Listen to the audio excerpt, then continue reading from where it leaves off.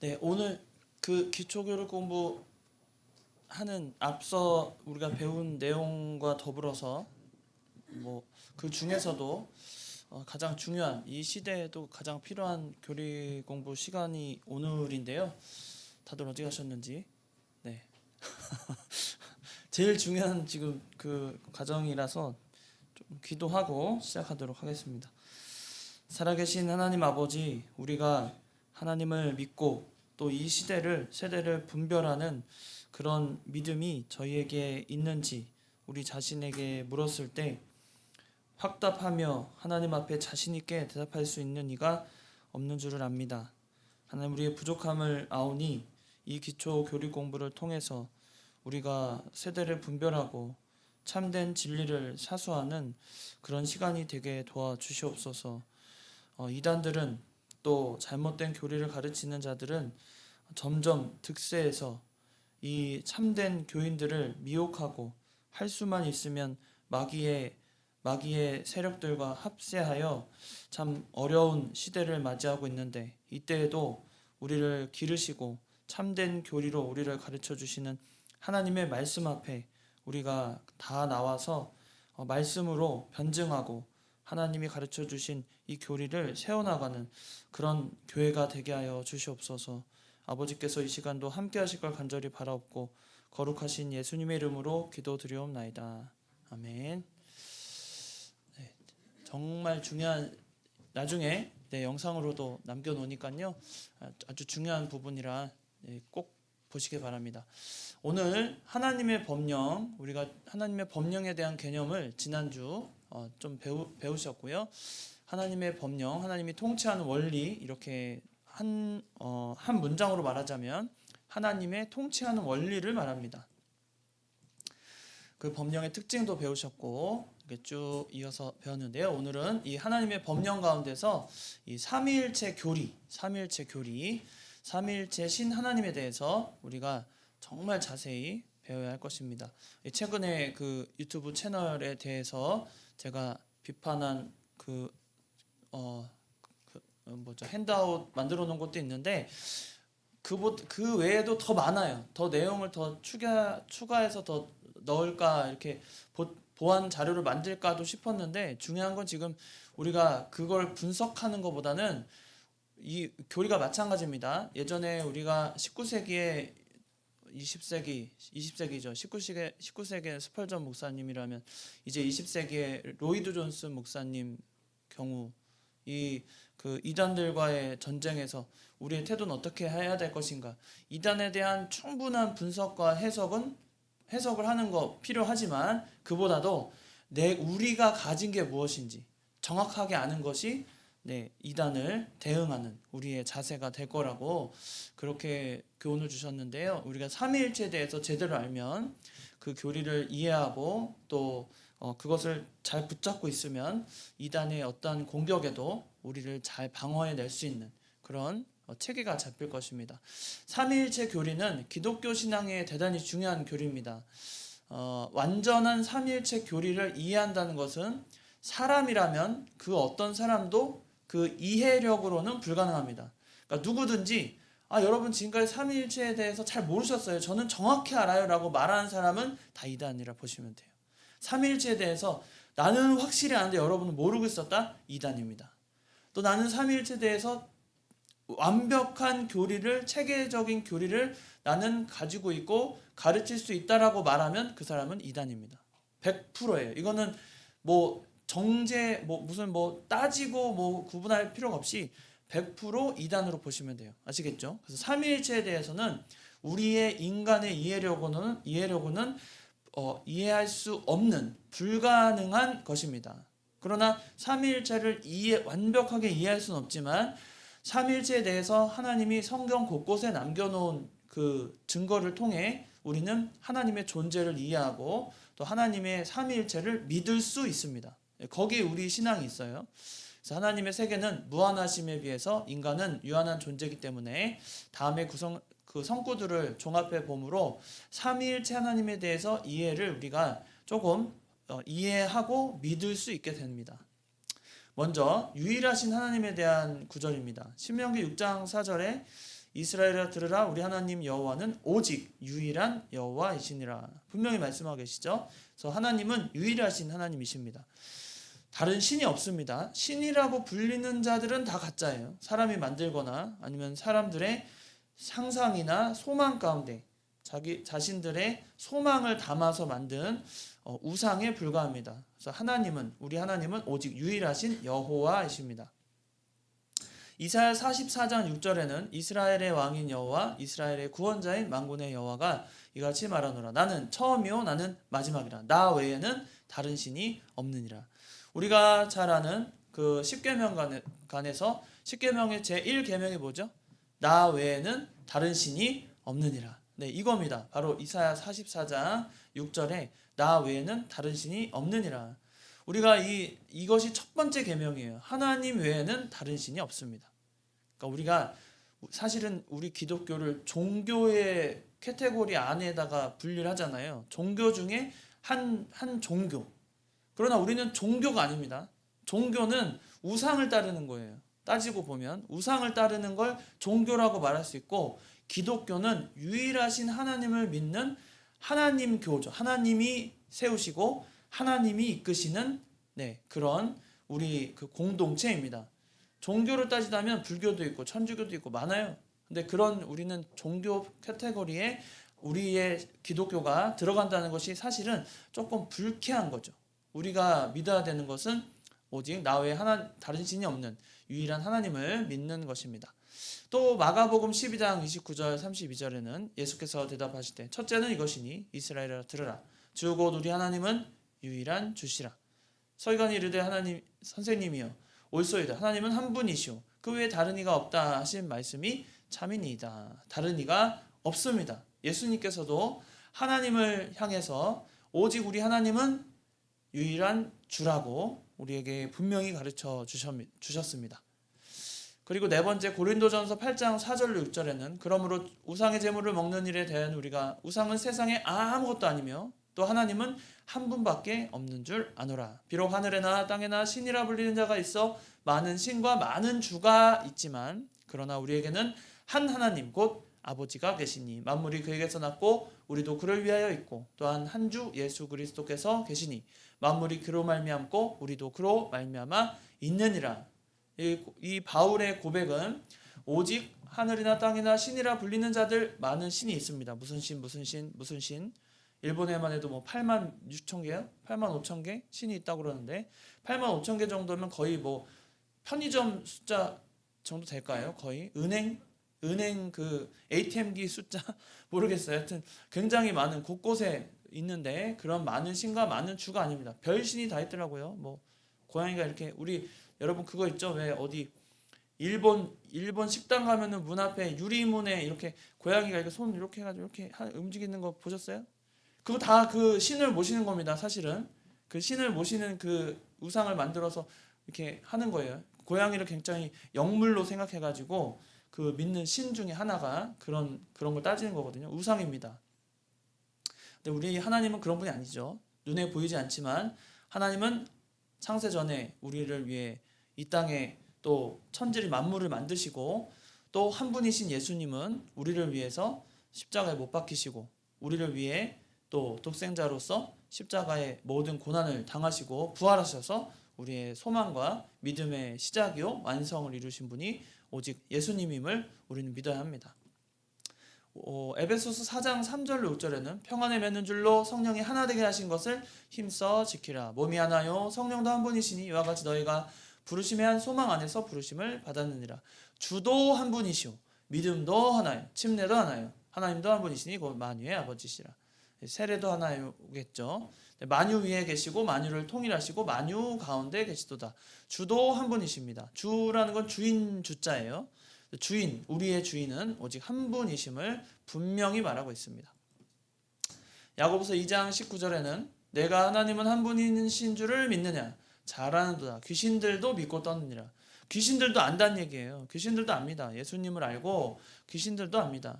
그래서 그 믿는 자들은 사실은 그 어디 무슨 철학원 무슨 선녀 누구 선녀 어디 동네에 막 그런 데 있잖아요. 그런데 가면은 점을 점이 안 나와요. 아십니까? 진짜 믿는 사람들은 점이 안 나옵니다. 실제로 안 나와요. 그 불쾌하고 나가라고 그래요. 가면은. 근데 가봤는데 만약에 들어오세요 그러면 그러면 뭔가 내가 지금 믿음이 제대로 그렇게 이해해야 되나요? 그런 거는 좀 웃자고 하는 얘기지만 우리가 진짜 하나님의 백성이 되면요 귀신도 압니다. 아 하나님의 백성이구나. 하나님의 성도라는 거 분명히 압니다. 그래서 점이 안 나온다고 그래요. 실제로 믿는 사람들 앞에서는 점이 안 나옵니다. 귀신이 볼 수가 없어요. 왜냐하면 귀신보다 권능 있으시고 무한하시고 한 분이신 하나님이 우리의 아버지신데 어떻게 귀신이 우리에게 뭐 인생에 뭐 어느 오른쪽으로 가라 뭐 왼쪽으로 그걸 가르쳐 주겠어요. 하나님이 우리 아버지신데 그럴 수가 없는 겁니다. 이제 두 번째는 복수 하나님. 이제는 유일하신 하나님과 우리는 삼위일체라는 것이 삼위격을 가지신 하나된 하나님이신데 그러면 하나된 하나님이시면서 삼위가 있잖아요. 삼위라는 것은 세 개의 위격을 말합니다. 위격이라는 것은 인격이죠. 그러니까 성부, 성자, 성령이라는 그 하나의 다 격을 가지고 계신다는 거예요. 그래서 이것을 이해하려면 복수 하나님에 대한 언급 구절을 잘 이해해야 됩니다. 먼저 하나님께서 자신에 대해 언급하실 때 복수 대명사를 사용하십니다. 창세기 1장 1절 뭐죠? 우리 다 외우고 계시지만 태초에 하나님께서 천지를 창조하시니라. 그때 그 하나님이 단어가 엘로힘이거든요. 엘로힘으로 쓰였는데 이 엘로힘은 복수 명사입니다. 그래서 우리 지금으로 말하면 태초에 하나님께서라고 한 거는 우리가 신앙 고백처럼 한 거예요. 태초에 하나님께서 천지를 창조하시니라.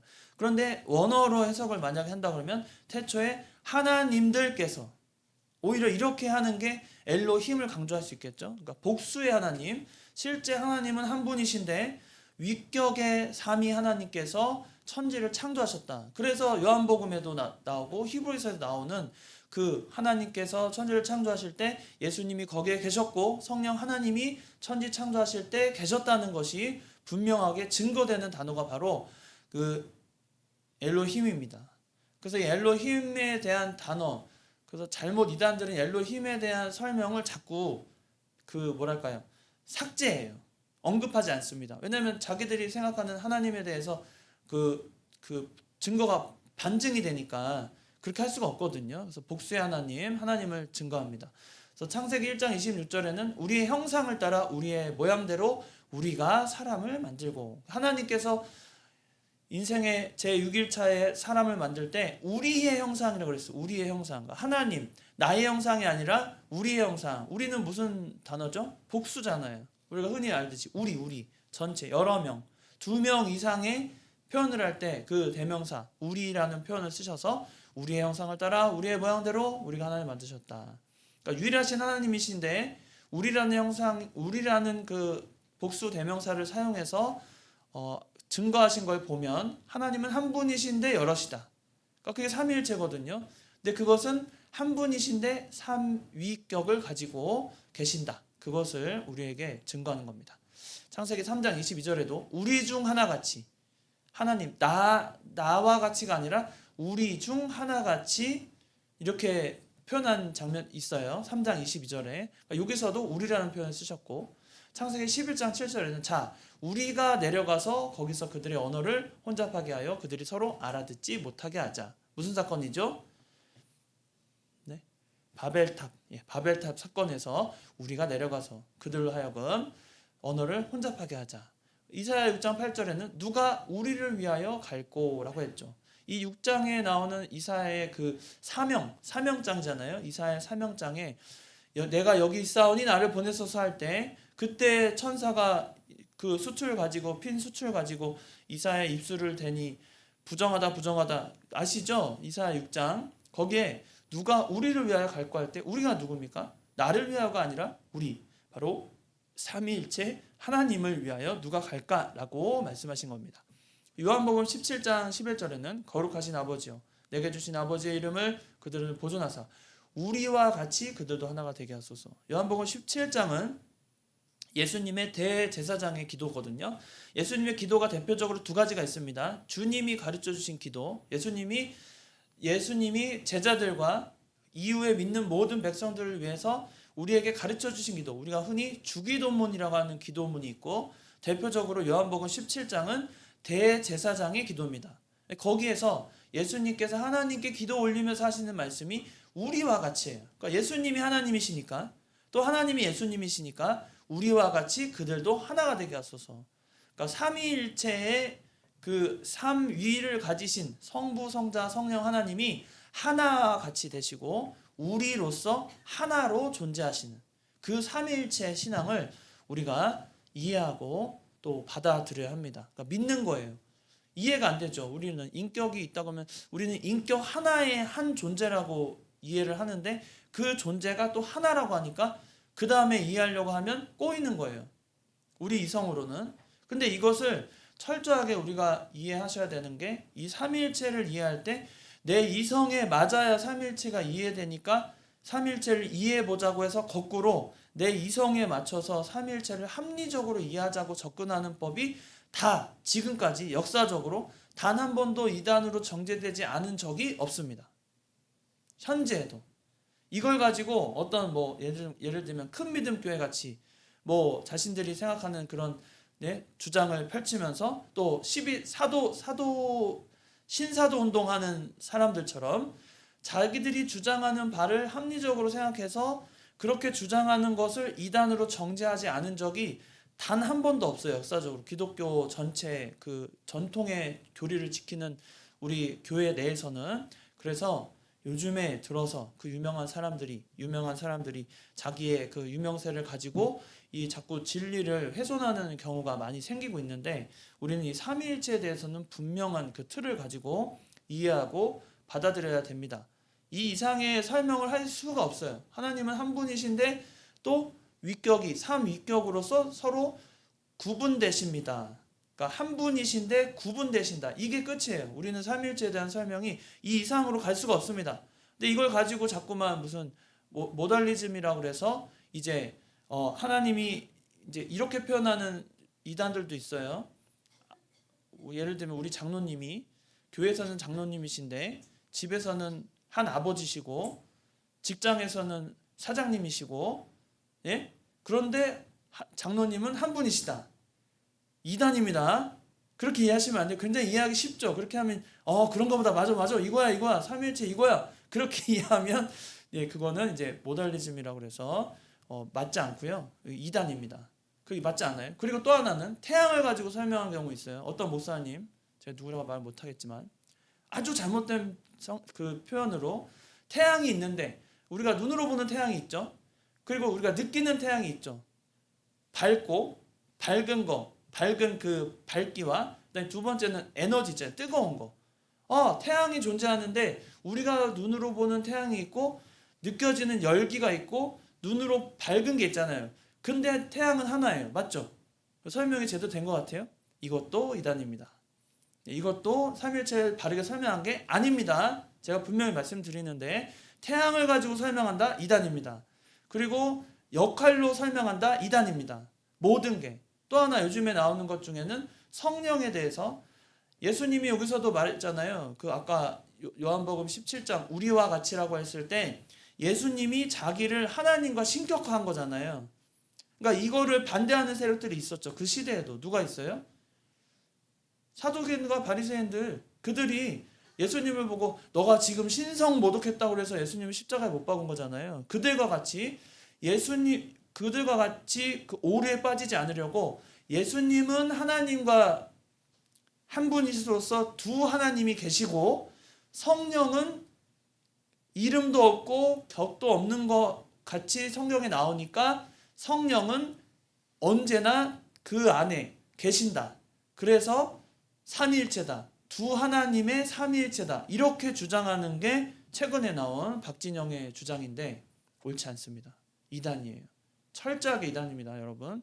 이단이에요. 따르면 안 됩니다. 두 하나님이 없어요. 한 하나님으로서 계시는 거지. 예수님은 여호와 그 여호수아라는 이름, 과거에는 그리스도, 여호수아, 그리스도 이렇게 연결이 되니까 이름이 있고, 또 하나님도 야훼라는 이름, 그 이름이 갖고 있으니까 둘 다 이름이 있는데 성령은 없다 이렇게 말하거든요. 성경에 어디에도 안 나온다 이렇게 말하는 거예요. 성경에 나옵니다. 성령을 뭐라고 나오죠? 우리는 성령을 하나님의 영, 주의 영, 아들의 영, 여러 표현이 나옵니다. 성령도 계신 거예요. 근데 성령을 마치 에너지나 어떤 그냥 인격이 없는 그런 인격이 없기 때문에 존재하지 않는다, 이렇게 단정하더라고요. 영상 뭐 보실 필요는 없겠지만 보니까, 제가 영상을 보고 분석해 보니까 영은 인격이 없어서 존재하지 않는데 인격이 있어야 존재하는 건데, 그래서 인격이 있는 성부 하나님과 성자 하나님은 하나님이시고 성령은 항상 함께 있으니까 그냥 두 하나님이 맞다는 거예요. 이런 말도 안 되는 얘기를 하면서도 사람들에게 자기가 대단한 걸 깨달은 것처럼 그렇게 주장하는 것은 결코 옳은 말이 아닙니다. 여러분도 그걸 아시고, 이단입니다. 이단이에요. 저희 뭐 교단에서 당장에 정죄해야 되지 않나, 저는 그런 생각을 할 정도로 이단입니다. 그런 건 삼위일체에 맞지 않아요. 우리가 믿는 것은, 우리가 이전에 성경을 해석하는 데 있어 계시 의존 사색이 참 중요하다고 제가 설명드렸습니다. 계시 의존 사색 아시죠? 하나님이 보여주시는 대로만 바라보고 그 이상으로 넘어가지 않는 것. 가려진 게 많아요. 우리 세례요한에게, 예수님께서 세례요한에게 여자가 낳은 자 중에 가장 큰 자, 이전에도 없었고 이후에도 없다고 세례요한을 설명했죠. 그런데 그 뒤에 뭐라고 하셨습니까? 세례요한을 칭찬하신 후에, 그러나 이후에 믿는 자들은 세례요한보다 크다고 그랬잖아요. 더 깨달음이 많다고 그랬어요. 그게 누구를 말한 겁니까? 우리거든요. 그러니까 세례요한도 하나님이 가려놓은 거예요. 세례요한의 그 시대에, 세례요한이 살아있는 동안에 하나님이 많은 계시를 보여주고 그를 깨닫게 하셨지만 그에게도 가려진 계시가 있었던 겁니다. 근데 세례요한이 그 가려진 계시를 알려고 애썼나요? 아, 나는 새로운 걸 또 알아야지, 내가 특별한 걸 얻어야 되겠다, 그러지 않았어요. 세례요한은 자신에게 맡겨진 그 자리에서 하나님이 허락하신 만큼만 이해하고 해석하고 그대로 믿었던 겁니다. 우리도 마찬가지예요. 우리 미래에 예수님께서 이 땅에 오실 재림의 때를 기다리고 있는데, 한 날 언제 어디에 오실지 우리는 안다고 그랬어요? 모른다고 그랬어요? 모르니까 우리는 모르지만 뭐 해야 돼요? 기다리는 거예요. 재림이 언제 오실지, 당장 내일일지 내일 모레일지 이따 오을지 모르는 겁니다. 그러나 오실 것은 아는 거죠. 그러니까 거기가 우리의 계시의 한계, 하나님이 우리에게 보여주신 계시의 한계거든요. 거기까지만 믿는 게 맞지, 아 언제 올 거다, 이미 우리가 Y2K 1999년 12월 30일에 무슨 일이 있는다고 사람들이 미혹 당했잖아요. 한 곳에 모여가지고 저 막 소리 지르고 자기 몸을 막 치면서, 어서 오시옵소서 하나님, 뭐 드디어 때가 왔다고, 2000년에 막 새로운 시대가 열릴 것처럼. 어떻게 됐습니까? 다 구속돼가지고 감옥 갔어요. 그런 때를 우리에게 알려주시지 않습니다. 알려주시지 않는다고 했고, 그러니까 우리는 하나님이 계시고 삼위일체로 존재하시는 그 사실을 믿는 거지, 그것을 파고들어서 내 이성으로 이해하려고 자꾸 파고들다 보면 어디에 빠지냐면 결국에 이단에 빠지게 됩니다. 그래서 제가 곳곳에 이제 그 반증하고 성경을 변증하는 그 내용들을 그 핸드아웃으로 만들어서 뒤에 비치해 놨는데요. 거기 보시면 그 박진영이나 그 첫 열매들이 주장하는 바 자체가 이미 과거에 이단으로 정죄받은 그 내용과 아주 유사하고 다를 바가 없어요. 그래서 우리는 삼일체를 이해하실 때 이렇게 이해해야 됩니다. 그리고 세 번째, 시간이 굉장히 많은데, 세 번째, 하나님의 자신을 언급하는 여호와의 사자는 또 다른 하나님으로부터 구별됩니다. 이게 무슨 얘기냐면, 하나님이 존재하고 하나님의 사자는 다른 하나님으로부터 구별되는 거예요. 그러니까 하나님의 사자, 하나님의 부르심을 받아서 그 심부름을 하는 하나님의 사자는 있습니다. 그래서 창세기 16장 7절 13절에 여호와의 사자는 하나님이라고 설명을 했습니다.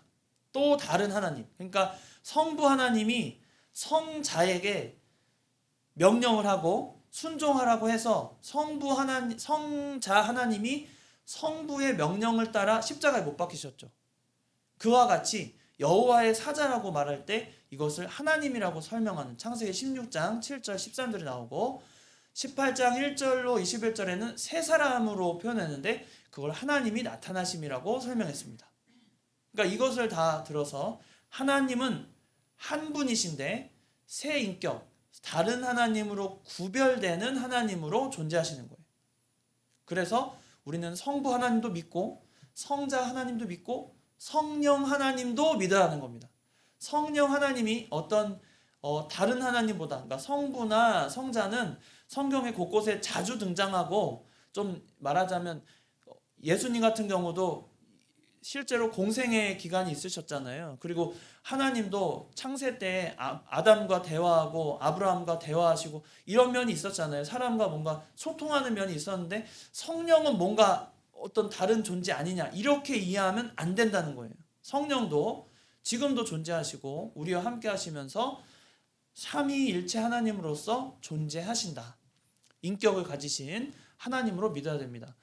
과거에도 이런 시도가 많이 있었습니다. 그래서 동방교회와 서방교회로 나눠질 때, 역사적으로 동방교회와 서방교회로 나눠질 때 제가 한번 전에 설명 한번 드린 적이 있어요. 동방교회와 서방교회가 나눠진 게 교리 문제로 나눠지게 됐는데, 결정적인 사건이 뭐였냐면 성령 하나님께서 성부와 성자로부터 나오셨냐. 그러니까 이건 다시 이야기하면 이 성령을 하나님의 영 또 아들의 영으로 받아들이냐, 아니면 하나님의 영으로는 받아들이지만 성부 예수님으로부터는 이 성령이 나오지 않았다고 주장하는 게 동방교회예요. 그래서 그 해석 하나 때문에 하나님과 성부와 성자로부터 성령이 나오셨다는 걸 받아들이면 서방교회로 갈라졌고, 나는 성부 하나님으로부터 성령이 나왔다는 걸 믿지만 성자로부터 성령이 나왔다는 것은 믿지 못하겠다라고 하는 것이 동방교회로 갈라지게 됩니다. 결정적인 사건이 이 성령의 존재에 대해서 사건이 일어나요. 그래서 우리가 이해해야 될 것은 이렇게 성령 하나님을 종종 하나님으로부터 구별하셨습니다.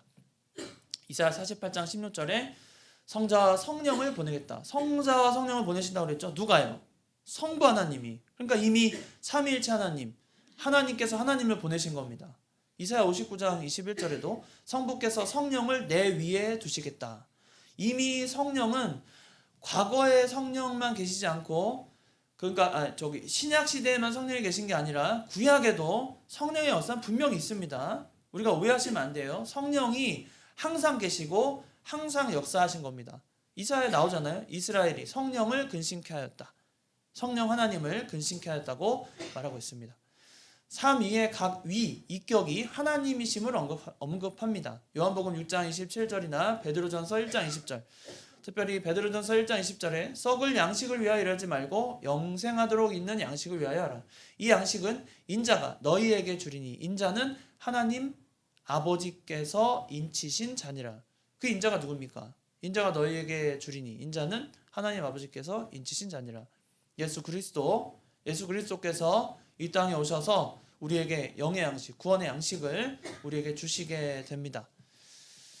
그리고 곧 하나님 아버지의 미리 아심을 따라 성령이 거룩하게 하심으로 순종함과 예수 그리스도의 피 뿌림을 얻기 위하여 택하심을 받은 자들에게 편지하노니 은혜와 평강이 너에게 더욱 많을지어다. 여기서도 하나님 아버지의 미리 하심, 또 성령이 거룩해 하심과 순종, 또 예수 그리스도의 피 뿌림, 그러니까 성부 하나님의 역할이 있고 그 역할을 하셨고, 또 성령 하나님이 거룩하게 하시고 순종하셨고, 예수 그리스도 성자 예수님께서 피 뿌림을 얻기 위하여 택하신 자들에게 편지하고 평강이 너희에게 있길 원한다. 성부, 성자, 성령을 이렇게 정확하게 바울도 언급하고 있습니다. 또 아들 그리스도도 하나님으로서 언급이 되는데, 히브리서 1장 8절에 아들에 관하여는 하나님이여 주의 보좌는 영영하며 주의 나라의 균은 공평한 균이이다. 아들에 관하여는 하나님이며, 이렇게 말했죠. 아들 누구요? 예수 그리스도에 관하여는 하나님이요. 하나님이십니다. 예수님은. 성령도 하나님으로 언급됩니다. 사도행전 5장 3절로 4절, 베드로가 이르되 아나니아여 어찌하여 사탄이 내 마음에 가득하여 내가 성령을 속이고 땅과 벌마를 감추었느냐. 하나님께 거짓말한 것이 아니요, 뒤에 사람에게 거짓말한 것이 아니요 하나님께로다. 그러니까 성령을 속인 게 하나님을 속인 거예요. 그러니까 성령이 하나님이란 뜻이죠. 네, 여기서도 분명히 나옵니다. 성령은 구약시대에도 나오고 신약시대에도 분명히 우리에게 역사하고 계신 겁니다. 다음 주는 이제 하나님의 사역, 작정, 예정, 창조, 아주 중요한 건데요. 하나씩 할지 연결할지 제가 고민해서 또 다음 주도 하도록 하겠습니다. 기도하고 마치겠습니다. 살아계신 하나님 아버지, 우리 참된 신앙을 가진 자들은 하나님께서 삼위일체 하나님이심을 믿습니다. 이 믿음을 굳게 지켜나가게 하여 주시옵소서. 이단들의 공격과 그들의 오만함과 자만함으로 말미암아 이 삼위일체의 교리를 건드리고 잘못된 교리를 자신만 깨달은 줄 알고 그렇게 읊조리고 있을 때 하나님 그들의 입을 막으시고 더 이상 하나님의 그 참된 교리를 흔들거나 시도를 하지 않도록, 무너질 리 없는 교리이지만 그들로 하여금 미혹당하는 백성들이 생기지 않도록 하나님 붙잡아 주시고 참된 삼위일체 교리를 지켜나가는 교회 되게 하여 주시옵소서. 거룩하신 예수님의 이름으로 기도드리옵나이다. 아멘. 마쳤습니다.